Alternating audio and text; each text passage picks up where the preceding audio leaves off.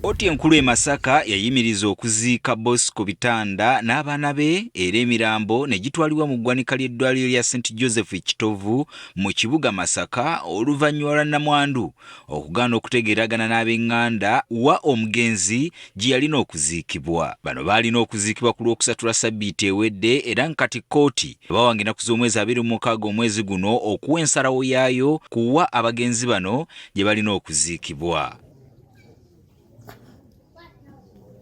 Kati olwaleero abakungu okuva mu minisitule y'ekikula ky'abantu nga bali wamu ne Katikkiro w'ekika ky'ennyonyi Namuŋŋoona Richard Musajjaawaza wamu ne RCC w'ekibuga Masaka Ahmad Washaki balambudde ettaka ly'ekiggya ku kyalo kya Lusowe abagenzi bano gye baali bagenda okuziikibwa.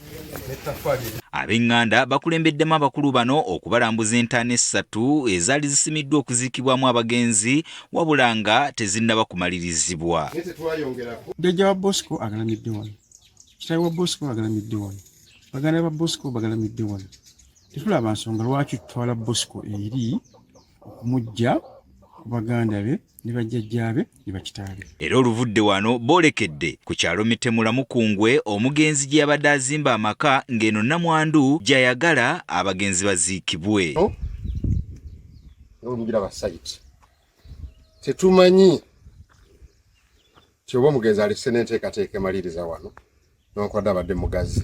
Abamu ku b'eŋŋanda z'omugenzi bagamba nti Bosco Bitanda agwanidde okuziikibwa ku kiggya kuba tebafunanko kigambo kyonna okuva eri omugenzi nti waakuziikibwa mu kifo ekirala kyonna ekitali ekyo. Mazima omubaka singa Bosco yalaama newankubadde yalaama twandere tutubyagala twadde tujja kukomplayira twandde tukyalina option era ssebo temututwala bwe tutyo nti abaganda oba tukola tutya naye omuntu bw'abanga akisazeewo nekyo tukyagala tukola ekyo olugunya luki luvannyuma. Kati bano bategeezezza nti n'ensimbi ez'okuliisa abakungubazi zibaweddeko nga basaba gavumenti ebadduukirire. Ow'entebe atubanja yalemera wano n'ow'ebidongo yalemera awo abanja kyokka tukyalina kantu n'essente ze tulina ziggwera mu kkooti.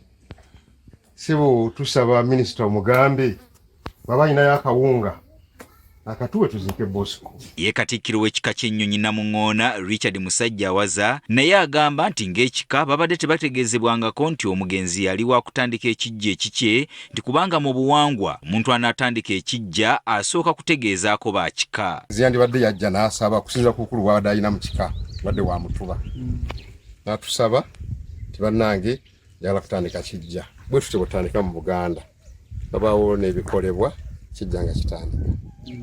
Naye olwokuba teyakola ekyo tubiwulyawulize nti yabyogera ate mu mikwano gwe muffe tewali gwe yakola ki gwe yabuulira abamuvunaanyizibwa kyokka tuba tukolagana bulungi ng'aweereza bulungi ekika kye era ng'akyagala nnyo. Ffe tukakasa oba n'okugaziwa okutuuka wano yamala tukwata mu ngalo ffe tukikakasa. RCC w'ekibuga Masaka Ahmad Washaki asabye ab'eŋŋanda okukolagana wamu ne nnamwandu basobole okuziika abagenzi mu kitiibwa. Kiriziganye nga bwe mulowooza n'okusinziira ku ngeri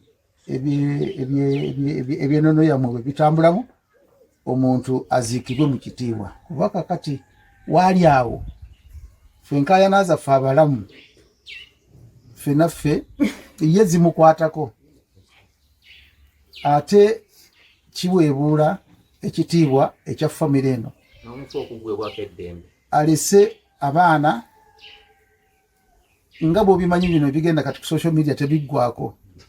N'omwana ne bw'aba akaddiye nga nze bali mujuliza nti agwe famire yammwe eyo togiraba kitaawo bwe yafa baakola bwe bati kiba kibi nnyo. Wadde bino byonna byogeddwa kkooti yerindiriddwa okusala eggoye wa abagenzi bano gye balina okuziikibwa.